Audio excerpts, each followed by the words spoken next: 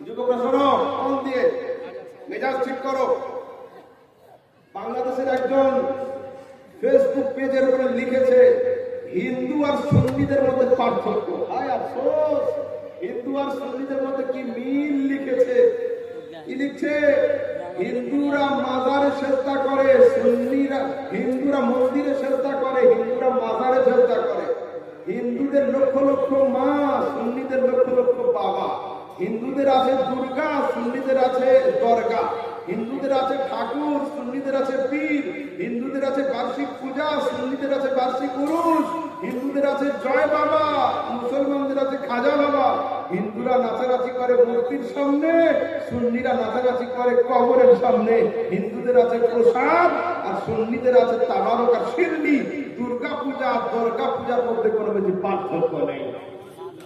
আফসোস, अल्लाह की इज्जत की कसम, रूए जमीन पर, आसमान के नीचे जमीन के ऊपर ऐसा बच्चा कोई पैदा नहीं हुआ जो मसलक आला हजरत से टकराए और हनफियों के किसी अकीदे को रद्द कर दे और बिदात और हराम और शिर्क साबित कर दे। अरे इन लोगों को तो शिर्क और बिदात की तारीफ नहीं आती। सुन्नी मौलवी नहीं मदरसे के बच्चे के सामने बैठ जाए तो 5 मिनट के अंदर अपनी तारीफ के अंदर खुद जो है मुशरिक साबित होकर मदरसे से वापस चला जाए। समझ रहे?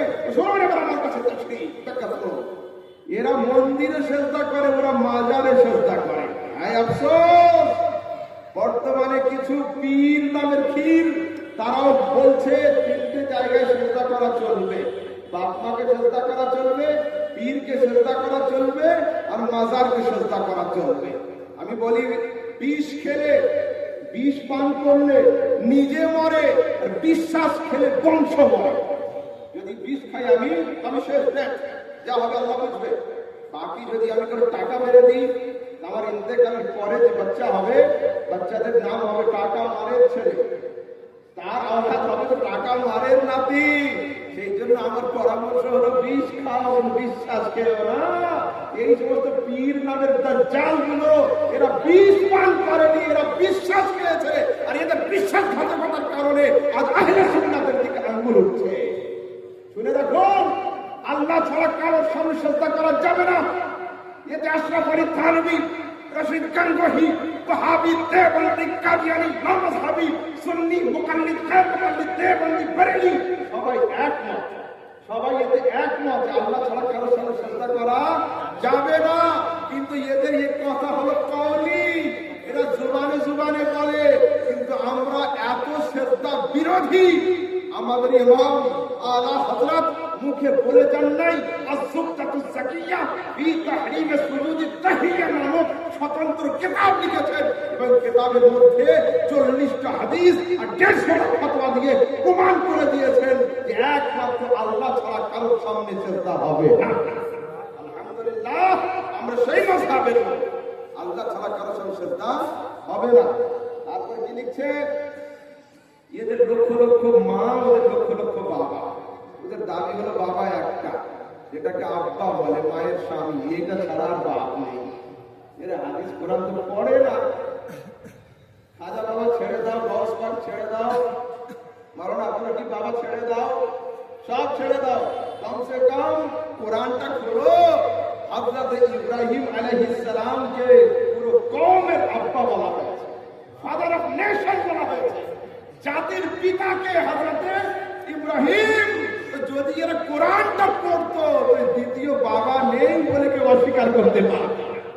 আরে নিজের শ্বশুরকে আব্বা বলে, বাড়ির চাচাকে আব্বা বলে, এতে আপত্তি নেই, কিন্তু খাজা বাবা বললে এদের খুব কষ্ট হয়ে যায়।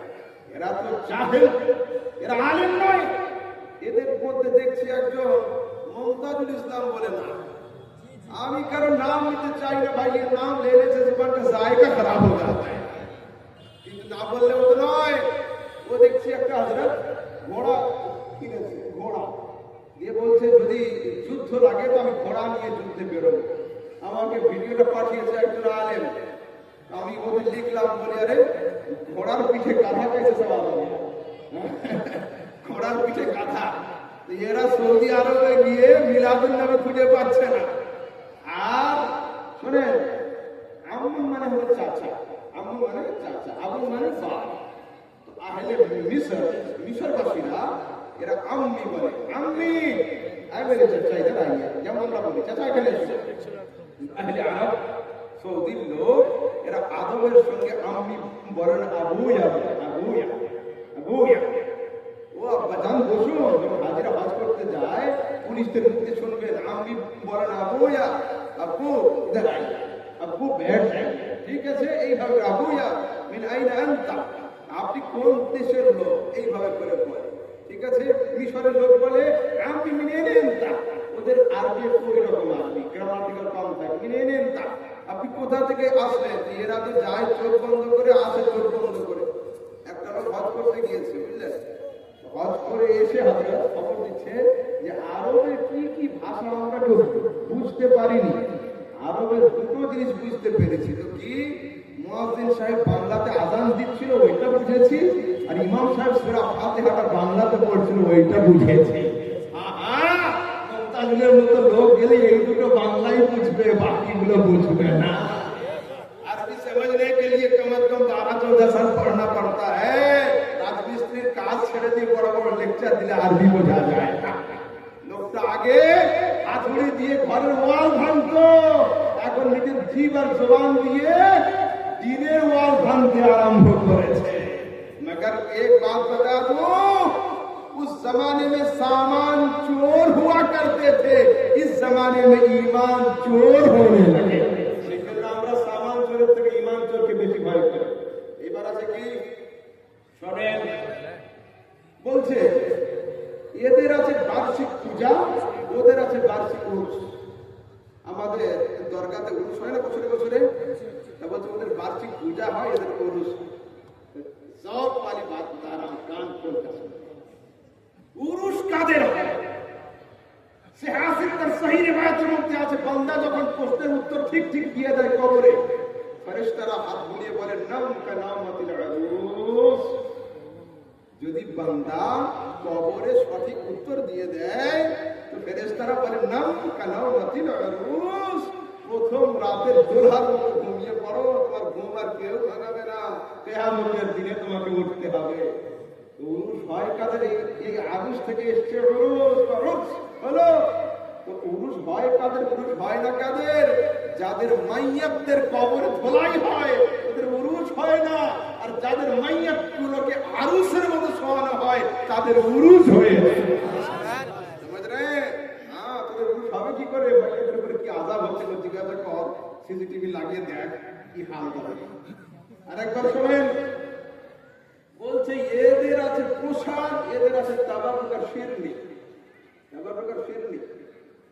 বর্ধমানের তো একটা বক্তা দেখলাম, সে বলল যদি একদিকে শুকরের মাংস থাকে আর একদিকে মাজারে পড়া মুরগি থাকে তো শুকরেরটা খাওয়া যাবে, মাজারে পড়া মুরগি খাওয়া যাবে না। এও তাই লিখছে, শিরনি আর প্রসাদ এক করে দিচ্ছে। तो मैं कलकत्ता गया हजरत, तो एक लड़का मुझसे पूछने लगा कि हजरत ये लोग शिरनी क्यों नहीं खाते? मैंने कहा भाई क्यों नहीं खाते, उनसे जाके पूछा हम कैसे क्यों नहीं खाते, हो सकते मुझे पेट का कोई प्रॉब्लम हो, हम कैसे बताएं वो क्यों नहीं खाते हैं? बोला नहीं बताना आपको होगा। मैंने कहा अगर मैंने बताया तो बर्दाश्त करोगे? बोले हाँ हजरत बर्दाश्त मैं कर लूंगा। मैंने कहा फिर खोलिए मुस्लिम शरीफ 2017 नंबर हदीस, हमारे रसूल बोलते हैं इन्ना शैताना यस्तहिल्लु त्तआमा अल्ला युज़करा इस्मुल्लाहि अलैहि। যে খাবারের উপরে বিসমিল্লাহ পাঠ করা হয় শয়তান ওই খাবার খেতে পারে না। তা আমাদের শিরনিতে শুধু বিসমিল্লাহ থাকে না, আউযুবিল্লাহও থাকে, আউযুবিল্লাহ থাকে না, সূরা ফাতিহাও থাকে, শুধু সূরা ফাতিহা নয়, চার কুলও থাকে। তো শয়তান বর্তমানের ইবলিসের আব্বা যদি চলে আসে তাও শিরনি খেতে পারবে না।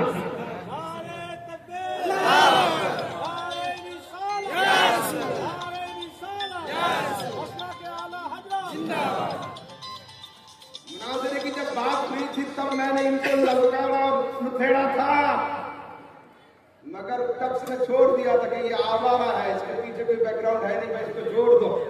गाड़ी चाका छोटे বলে বাম্পার চোখে আসে, মোটরসাইকেল যেখানে ব্রেক ধরে চার চাকা ধরে না, চার চাকা যেখানে ব্রেক ধরে লরি ব্রেক ধরে না।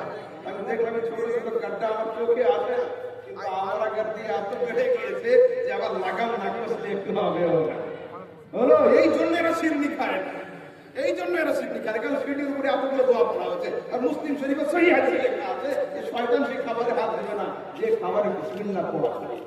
এতগুলো দোয়া পড়া থাকলে ইবলিস কেন ইবলিসের বাপ আসলে ওই খাবারে খেতে পারে। ঠিক আছে, চলুন আগের দিকে যাই। তারপরে আরেকটা কি আসছে বলছে এরা নাচানাচি করে মূর্তির সামনে, ওরা নাচানাচি করে কবরের সামনে। আর দুর্গা পূজা আর দুর্গা পূজার মধ্যে কোনো পার্থক্য নেই। হায় আফসোস, হায় আফসোস, যারা এতদিন পর্যন্ত মুসলমানদেরকে, সুন্নিদেরকে, আহলে সুন্নাতের উলামা, তোলাবা এবং আওয়ামুন নাসকে যারা এতদিন পর্যন্ত মাজার পুজো করলো, কবর পূজারি করলো, খোদাই মার তাদের উপরে এমন ছিল, এবারে বাংলাদেশে তারা মন্দির পূজার দায়িত্বে পড়ে গিয়েছে। এটাই তো মার। আর আল্লাহ তাবারক ওয়া তাআলা রাসূল সহিহ হাদিসের মধ্যে বলছেন, লা তাকুমুস সাআতু হাত্তা তালহাকা কাবাইলু মিন উম্মতি বিল মুশরিকিনা ওয়া ইয়াবুদুল আওসান। ততদিন পর্যন্ত কিয়ামত হবে না ততদিন পর্যন্ত আমার উম্মতের একটা গোষ্ঠী মূর্তি পূজাতে সরাসরি অংশ না নিয়ে মূর্তি পূজার সঙ্গে সঙ্গ না দিবে।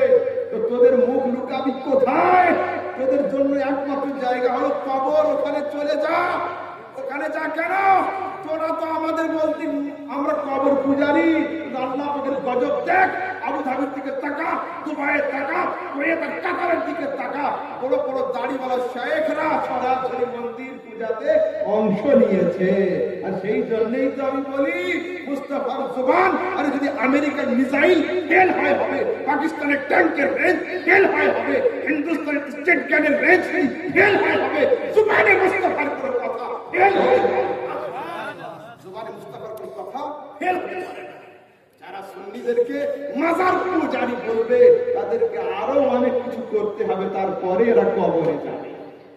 মাজার পূজারি আমরা লা হাওলা ওয়ালা কুওয়াতা ইল্লা বিল্লাহিল আলিয়্যিল আযীম। শুনুন আমাদের মাসলাক কি, আমাদের আকীদা কি।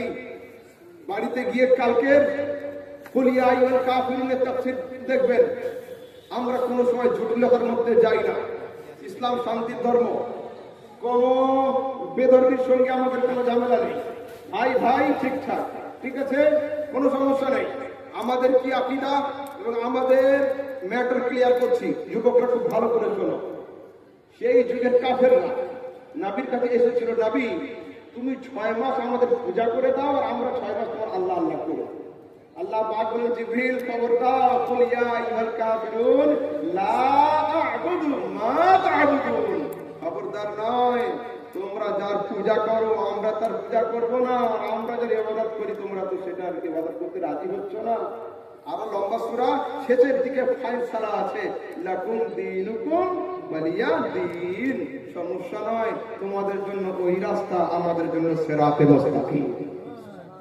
আয় মুস্তাফা, तेरी जात तो आला वरफा, तेरी जात का क्या कहना, तेरा कदम जहां पड़ जाए वो जगह खुद सिराते मुस्तकीम बन जाए, मगर तेरे गुलामों का नक्शे कदम है राहे खुदा। आए मुस्तफा, तुम्ही तो तुम्ही, तुम्हारे गुलामদের রাস্তা হলো সিরাতে মুস্তাকিম। वो क्या भटक सके जो ये सुराग लेके चले। যারা মুস্তাফা তোমার গোলামদের পদাঙ্ক অনুসরণ করে চলবে তারা কোনোদিন পথভ্রষ্ট হবে না, কোনোদিন হবে না। নিজেরা কাঁচের ঘরে বসবাস করো, शीशे के घर में खुद रहते हो, और পিতলের ঘরের মালিক আমরা, আমাদের উপর ঢিল ছুটছো। अरे कागज का ये लिबास बदन से उतार दे, बादल बरस गया तो वो कहाँ छुपाएगा। বর্ষার দিনে পেপার কেটে আটা দিয়ে জুড়ে প্যান্ট শার্ট তৈরি করে বের হয়েছে। হায় রে, যদি লজ্জা থাকতো, 2 ফোঁটা বৃষ্টি পড়লে তোর হালটা কি হবে। मैं हूं आईना, दिखाऊंगा दाग चेहरे पे, जिसे खराब लगे वो सामने से हट। अरे गौस का फातिहा तुम करो शाम से, मगर शिरनी बांधना लोग पहचान के। अरे कौवा खाने की लत पड़ गई हो जिन्हें, उन्हें मुर्गा खिलाना जरूरी नहीं। कौवा খেয়ে খেয়ে এদের অভ্যাস হয়ে গিয়েছে, মুরগা তো পছন্দ হবেই না।